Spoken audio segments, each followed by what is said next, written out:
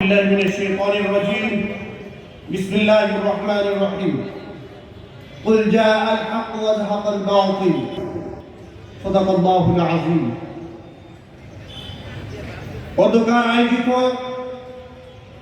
ঐতিহাসিক শহীদ বাবরি মসজিদ দিবস উপলক্ষে প্রতিনিধি কনফারেন্সের সম্মানিত সভাপতি সাহেব এবং আমাদের সহযোদ্ধা যুব ফোরাম ব্রাহ্মণবাড়িয়া জেলার সম্মানিত সদস্যবৃন্দ উপস্থিত আছেন, ব্রাহ্মণবাড়িয়া জেলার নেতৃবৃন্দ এবং সর্বস্তরের শ্রোতাবৃন্দ। আমরা এখানে ঐক্যবদ্ধ হয়ে আমরা এখানে গণজামায়াত হয়েছি।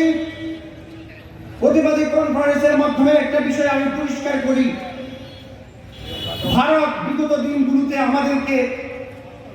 আমাদের বাংলাদেশের সাথে ভারতের বর্ডার হলো ২৫০০ বর্গ মাইলের চেয়েও বেশি।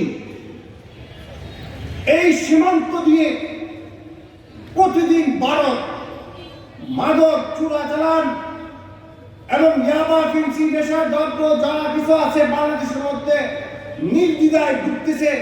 বিএসএফ সদস্যদের সহযোগিতায় বাংলাদেশের ব্ল্যাক কারবারিরা প্রত্যেকদিন বাংলাদেশের মধ্যে মাদক তারা অনেক টন তারা চালান করতেছে।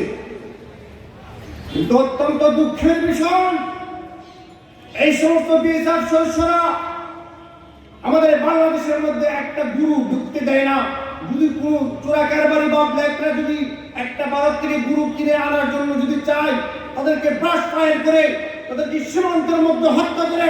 কিন্তু বাংলাদেশের মধ্যে এই সমস্ত বিএসএফ এবং ভারত সরকার নির্দ্বিধায় বাংলাদেশের মধ্যে মাদক গুরু ঢুকিয়ে দিচ্ছে। এর পিছনে কারণ কি? সকলে যদি অ্যানালাইসিস করেন আপনারা দেখতে পাবেন, ভারত চাচ্ছে বাংলাদেশের যুব সমাজ একেবারে ধ্বংস হয়ে যাক। বাংলাদেশের যুব সমাজ মদমুক্ত হয়ে নেশাগ্রস্ত হয়ে যাবার পিছনে ছুটে তারা পাপ কাজে লিপ্ত থাকুক, তাদের দিনটা একেবারে নির্বুধ হয়ে যাক। আর এই ফাঁক দিয়ে ভারত বাংলাদেশের যা কিছু আছে সবকিছু হাতিয়ে নেবে, বাংলাদেশের মধ্যে ট্রানজিটের রাস্তা করবে, বাংলাদেশ থেকে সবকিছু তারা উঠিয়ে নিবে এবং বাংলাদেশের মধ্যে তাদের পুতুল সরকার তৈরি করবে। সেই প্রচেষ্টার মধ্যে আছে। পূর্ব ছিল শেখ হাসিনাকে তারা প্রতিষ্ঠিত করেছিল, তারা সামনেও চাচ্ছে এমন একজন সরকার প্রতিষ্ঠা করতে, যাতে করে তারা যেইভাবে চায় ওইভাবে বাংলাদেশকে তারা পরিচালনা করতে পারে। কিন্তু তাদের এই ধারণার মধ্যে বাংলাদেশের ২৪-এর যে সমস্ত তরুণরা রয়েছে, তাদের এই ধারণার মধ্যে লাথি মেরে গণ অভ্যুত্থান সৃষ্টি করে ভারতের আধিপত্যকে তারা নস্যাৎ করে দিয়েছে। স্বৈরাচারকে তারা পতন করে ইন্ডিয়ার তার স্বামীর বাড়িতে পাঠিয়ে দিয়েছে। ঠিক কিনা বলুন ভাইরা আমার? এই ২৪-এর যে প্রজন্ম আছে তারা জেগে উঠেছে।